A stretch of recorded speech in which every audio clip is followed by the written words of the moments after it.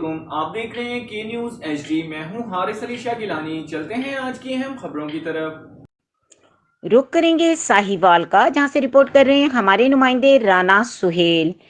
ساہیوال دو گھرانوں میں صلح پر شکر گزاری کی تقریب کا انعقاد کیا گیا۔ ایک بار پھر آپ کو بتاتے چلیں، ساہیوال میں دو گھرانوں میں صلح پر شکر گزاری کی تقریب کا انعقاد کیا گیا۔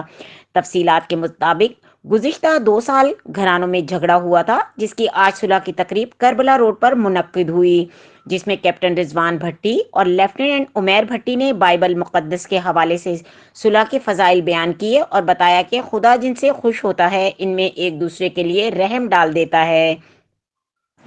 دونوں گھرانوں میں صلح کروانے کی کاوشوں پر ابراہم عظیم ڈینیل، ایلڈر دل برجانی، راؤ نظر فرید، ایڈوکیٹ عدنان بٹ، شہباد، سید حارث شاہ گیلانی، شہزاد اور راجو ان کی ٹیم کو مبارکباد پیش کی گئی۔ آخر میں دونوں گھرانوں کے ممبران نے ایک دوسرے کے گلے لگ کر عہد کیا کہ وہ ہمیشہ بھائی چارے کے ساتھ رہیں گے۔ اس موقع پر ایلڈر دل برجانی نے دعائے خیر کروائی۔ مزید اس موقع پر عدنان بٹ کی جانب سے پرتکلف ڈنر کا اہتمام کیا گیا۔ جو اسے اللہ سے اپنے دنیا میں بہتری کا پیغام لے کر اور امن کا پیغام لے کر آتے رہے اور بڑے انسان کو مل جل کے ایک رہنے کا پیغام دیا۔ میں آپ تمام دوستوں کو اس موقع پر مبارکباد پیش کرتا ہوں۔ اللہ تعالیٰ کا بہت شکر گزار ہوں اس بات کی کہ آپ لوگوں کو مل بیٹھنے کا اور دوبارہ صلح کا اللہ تعالیٰ نے موقع دیا۔ بہت شکریہ۔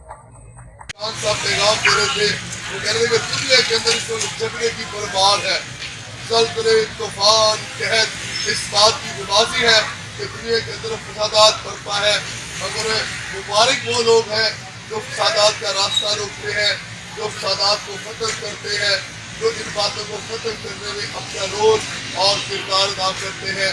24 مئی کو آپ جانتے ہیں کہ ایک سانحہ ہوا عیسیٰ نگری کے اندر، ہمارے کچھ دوست آپس میں جھگڑ پڑے اور یہ سانحہ بڑھتا بڑھتا تقریباً 6 مہینے تک چلتا رہا، اور ایک کہے ہوئے وقت کے مطابق خدا کا ایک وقت تھا جب اس سارے سانحے کو کلوز ہونا تھا اور پھر ہمارے دوستوں کے درمیان صلح سلامتی کے منظر بن رہا تھا۔